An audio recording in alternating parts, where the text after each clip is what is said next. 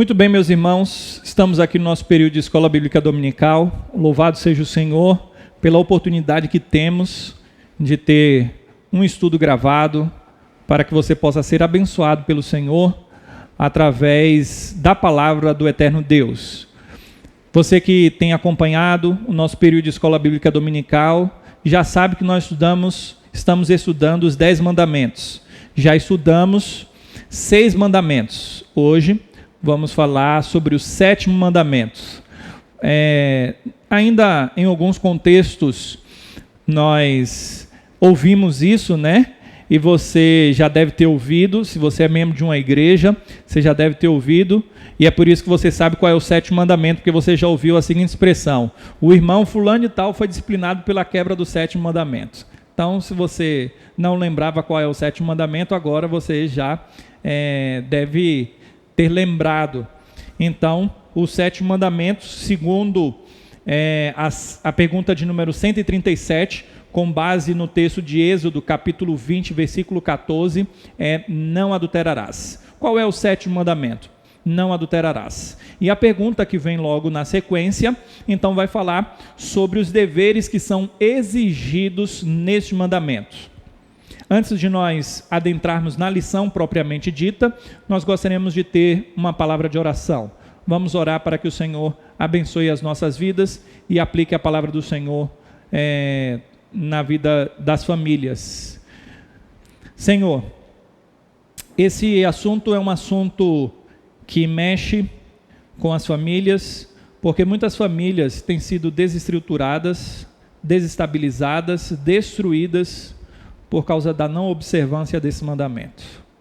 Outrora, tínhamos famílias onde os casamentos eram longevos. Hoje, nós encontramos, por causa da cultura, por causa da revolução sexual, por tantos aspectos externos, nós estamos sofrendo nos nossos casamentos, e quando eu falo nos nossos casamentos, eu estou falando no contexto mundial, eu estou falando sobre a sociedade como um todo, e então o sofrimento tem trazido divórcios, tem trazido a destruição, até mesmo da estrutura de casamento. Muitos falam mal de casamento hoje em dia.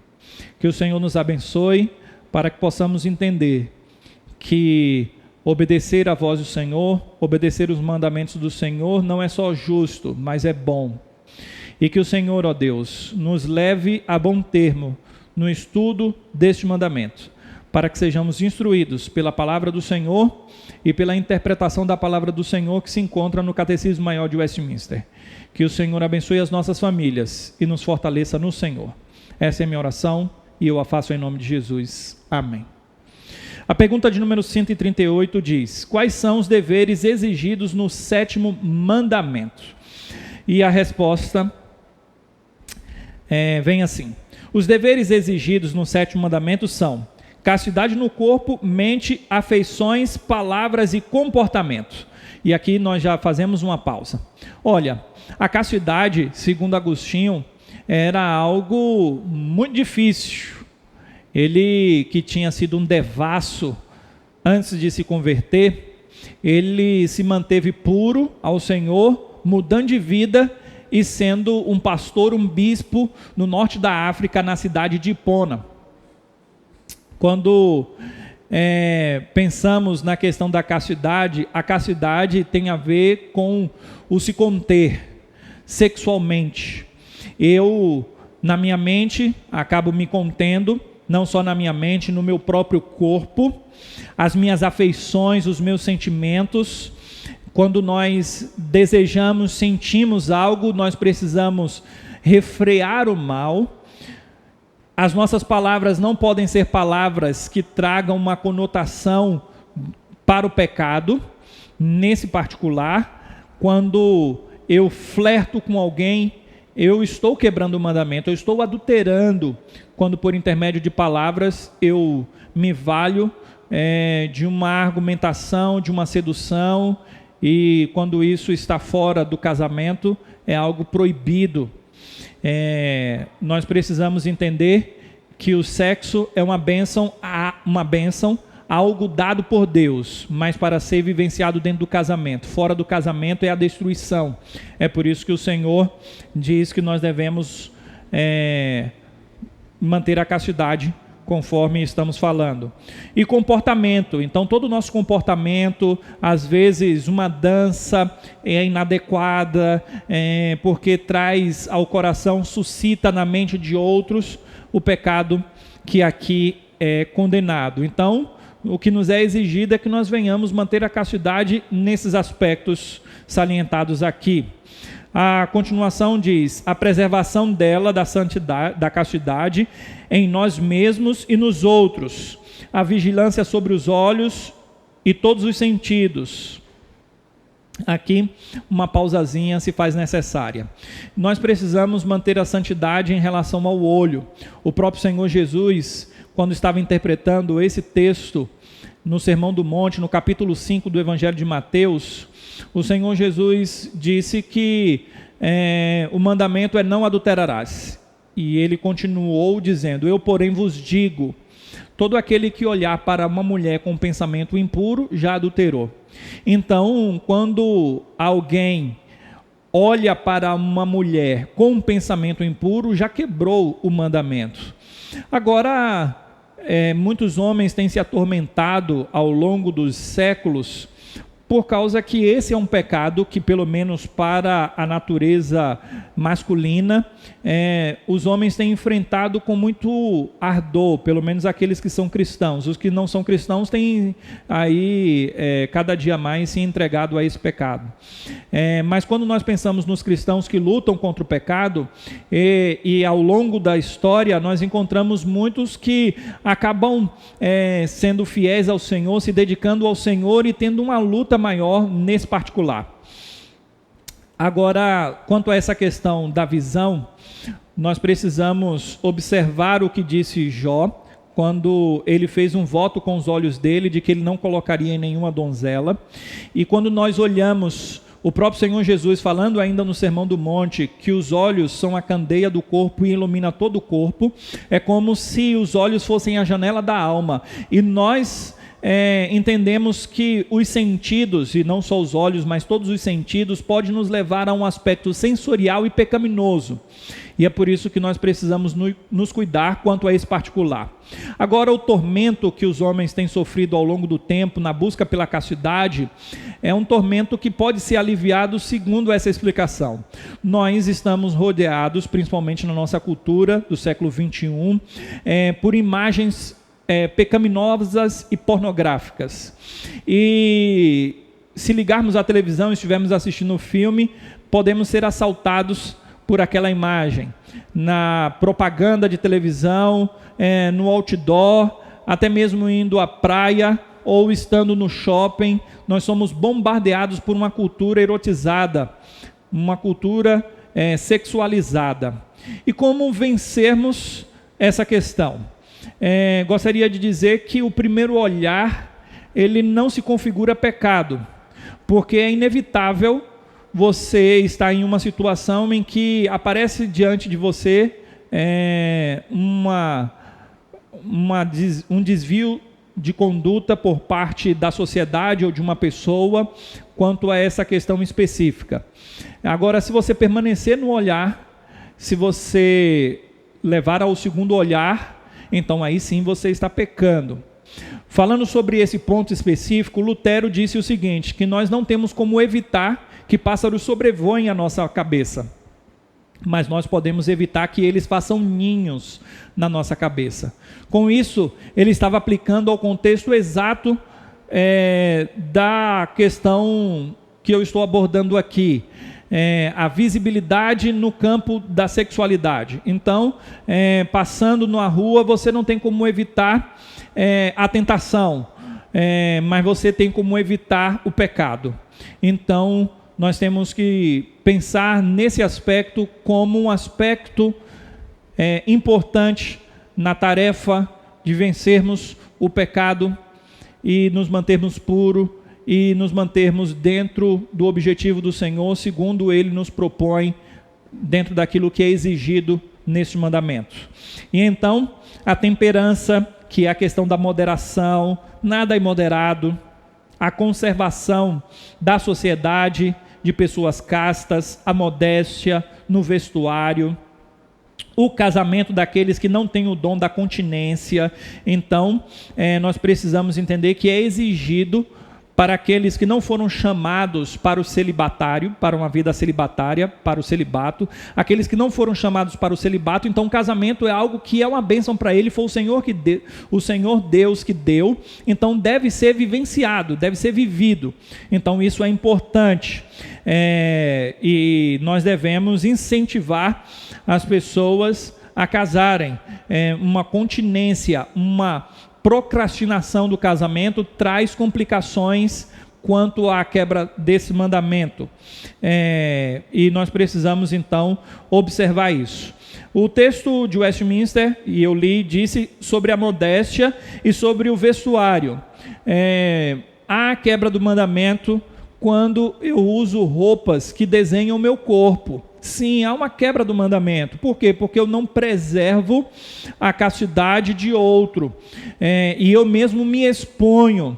Então, mulheres que não se preocupam com o vestuário, usando roupas decotadas, saias curtas, é dito que antigamente as mulheres usavam saias, né? Depois veio a mini saia, e hoje fala-se sobre a praquessaia, né? Então as pessoas estão cada vez mais sem pudor, elas estão pensando que estão em casa, quando na verdade estão numa sociedade onde elas precisam se guardar, e então elas fazem isso para, infelizmente, ganhar olhares dos outros. É uma sociedade que tem uma idolatria para a questão da imagem. É só olharmos redes sociais de crentes, e infelizmente nós encontramos pessoas que valorizam demais o seu corpo, né? A pessoa valoriza demais o seu corpo. Você pode perceber que as mulheres no Instagram que têm mais seguidores são aquelas que expõem mais o seu corpo, né? E nós precisamos, então, perceber que o mundo procura nos atrair, a concupiscência dos olhos procura nos destruir, mas a vida santa diante de Deus deve ser objetivada, e é isso que o mandamento diz que nós devemos fazer. O amor conjugal deve existir, e a coabitação. Então, o sexo dentro do casamento é ordenado, fora do casamento é proibido, mas dentro do casamento é ordenado. Deus criou o sexo, Deus criou a mulher, e quando Deus criou o sexo, Ele está dando um empurrão no homem. Palavras de Tim Challies, no livro Desintoxicação Sexual, e ele fala que é como se Deus estivesse dando um empurrão através da nossa disposição sexual para buscarmos a nossa esposa. É uma bênção que Deus nos dá.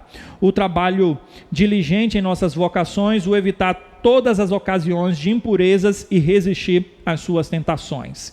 Então isso é o que nos é exigido no 7º mandamento, a pergunta de número 138. Agora, o que é proibido nesse mandamento, né? Quais são os pecados proibidos nesse mandamento? No sentido inverso, é colocado aqui um pouco de forma parelha aquilo que já foi falado com a exigência do mandamento. Mas vamos lá.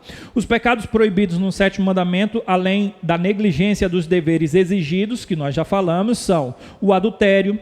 Então, o próprio adultério se configura de forma clara a quebra do 7º mandamento.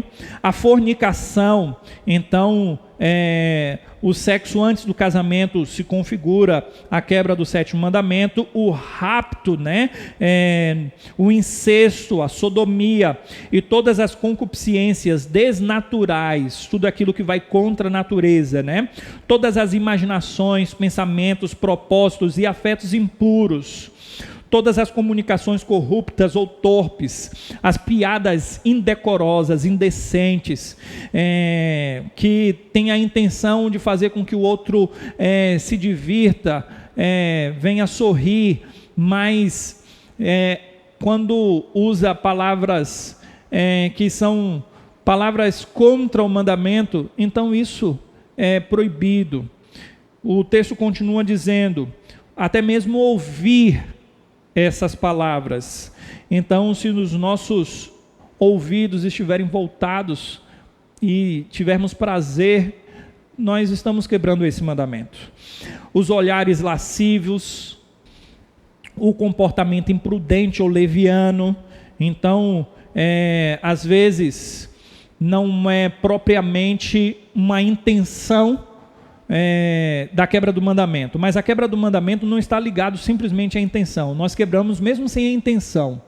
Então, quando nós temos comportamentos imprudentes, e quando agimos de forma leviana, nós quebramos esse mandamento. A forma como nós abraçamos uma pessoa, a forma como nós nos comunicamos com uma pessoa.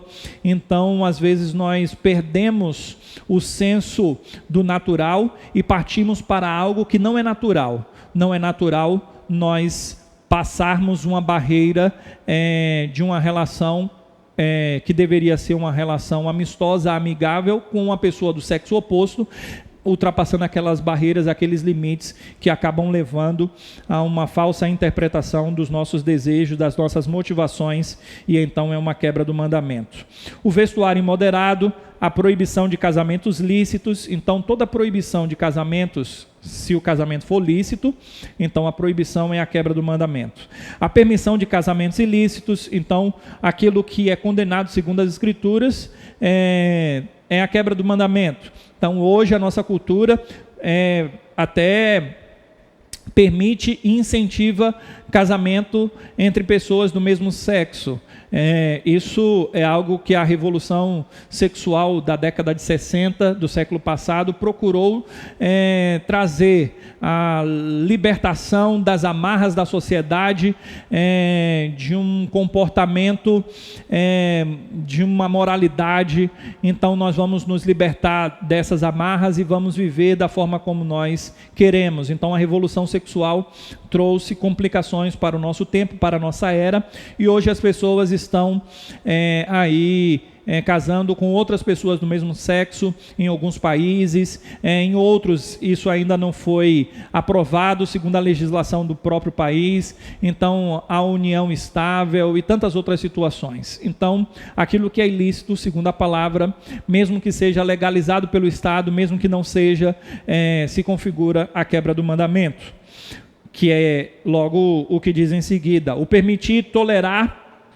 Então, ou ter bordéis e a frequentação deles. Então isso é pecado também, segundo o mandamento.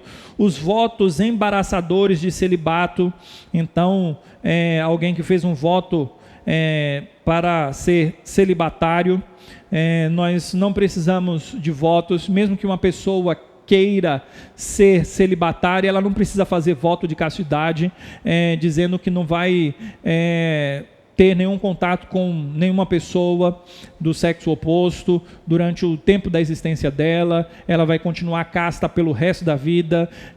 Ela pode desejar isso, não tem problema algum, mas os votos não precisam ser feitos. Nós precisamos ter prudência no nosso agir. A demora indevida de casamento, falamos isso. O ter mais que uma mulher ou mais que um marido ao mesmo tempo, a poligamia, o próprio divórcio, o abandono injusto, a ociosidade, a glutonaria, a bebedice, a sociedade impura. Então a questão do mandamento vai além da questão sexual, a questão física também, no sentido de sermos imoderados. Então nós quebramos o mandamento quando agimos de forma impensada, imoderada, e toda a sociedade impura há de ser julgada pela quebra desse mandamento. Cânticos, livros, gravuras, danças, espetáculos lascivos, né? Lembremos que na época da Confissão de Fé de Westminster e dos catecismos, nós não tínhamos o vídeo que nós estamos tendo, por exemplo, aqui hoje. Então não tínhamos a tecnologia, não tínhamos smartphone, não tínhamos redes sociais. Então, na época eram cânticos, livros, gravuras, danças, espetáculos que levavam a uma promiscuidade, a uma vida lasciva. Então, aplicando para o nosso contexto, tudo isso ainda é válido, porque nós temos hoje, mas qualquer fotografia, qualquer vídeo, qualquer exposição do corpo, através da tecnologia, é a quebra do mandamento. Todas as demais provocações à impureza ou atos de impureza, quer em nós, quer em outros. Então nós não podemos promover isso em nós, nem promover em outros. Então existem situações em que alguém pode dizer, olha, age dessa forma, age daquela outra forma. Quando, por exemplo, através da publicidade, através das modelos, então alguém pode dizer, olha, tem esse tipo de comportamento, vista essa roupa. Então, mesmo que a pessoa não esteja ela mesma usando uma roupa indecorosa, ela pode quebrar o mandamento fazendo com que outro use. Então, nós temos muito campo de averiguação quanto à questão da quebra desse mandamento. Quando pensamos na degradação da sociedade do tempo presente, nós conseguimos entender que esse mandamento é nevrálgico quando corta na nossa pele e quando corta em nós. E a palavra do Senhor, ela é como um espelho, e quando ela é propalada, quando ela é proclamada, ela nos olha. Nós olhamos para a palavra, mas ela também nos olha. Ela é o espelho da nossa alma. Ela olha para nós e ela espiritualmente nos deixa como que estivéssemos despidos, e o Senhor conhece cada imperfeição da nossa vida, conhece cada impureza do nosso ser, porque o Senhor contempla tudo em nós. Que nós possamos vencer os males do nosso tempo, que nós possamos ocupar a nossa mente, para que nós possamos promover a santidade no nosso corpo, na nossa mente, no nosso coração. Que nós venhamos ser mais castos e que nós venhamos amar e honrar mais a esse Deus. E que o Senhor faça isso através da igreja dele, porque a igreja dele é ainda e sempre será luz para este mundo e sal para esta terra. Que Deus abençoe as nossas vidas e que ele nos use para uma santidade maior. Oremos. Magnífico Deus, eterno Pai, peço que o Senhor abençoe a igreja do Senhor, ó Deus, para que não venhamos ter divórcios no nosso meio, para que não venhamos ter adultérios, para que os nossos irmãos possam se vestir com modéstia, para que façam bom uso das redes sociais. Se o Senhor abençoar e tocar no coração de irmãos que têm errado quanto a este particular, homens que acabam consumindo a pornografia na internet, mulheres que acabam expondo o seu próprio corpo, esses são os pecados mais comuns quanto a esse particular. Que o Senhor, ó Deus, extirpe do nosso meio todo mal, que o Senhor arranque do nosso coração todo pecado, e que venhamos nos santificar mais e mais, que venhamos honrar mais e mais a lei do Senhor, para a glória do nome do Senhor. É assim que eu oro, em nome de Jesus. Amém. Meus amados irmãos, estamos chegando ao fim do nosso estudo de hoje. Quando eu comecei a estudar os 10 mandamentos, eu não imaginava quanto tempo eu iria levar. Eu até achava que poderia ser que nós retornássemos para os nossos cultos antes de terminar os 10 mandamentos. Mas pelo que eu vejo, nós temos mais 3 mandamentos, e o que se vislumbra é que ainda você receberá esses estudos até o término dos mesmos, né? E que o Senhor nos dê sabedoria para enfrentar esse tempo de pandemia, e que Ele seja glorificado, e que você, mesmo estando afastado do culto público, que você não esteja afastado de Deus, que você busque ao Senhor no aconchego do seu lar, e que você possa ser abençoado por Ele. Ore pelo nosso país, ore pelos nossos governantes, ore pelos médicos e por toda a equipe de saúde que tem enfrentado essa pandemia. Ore pela sua igreja, contribua para a expansão do reino dos céus, contribua financeiramente, espiritualmente, moralmente, e que o Senhor seja glorificado através de cada um de nós. Deus abençoe a todos. Até semana que vem, quando nós vamos abordar o 8º mandamento: não furtarás. Deus abençoe a todos. Grande abraço.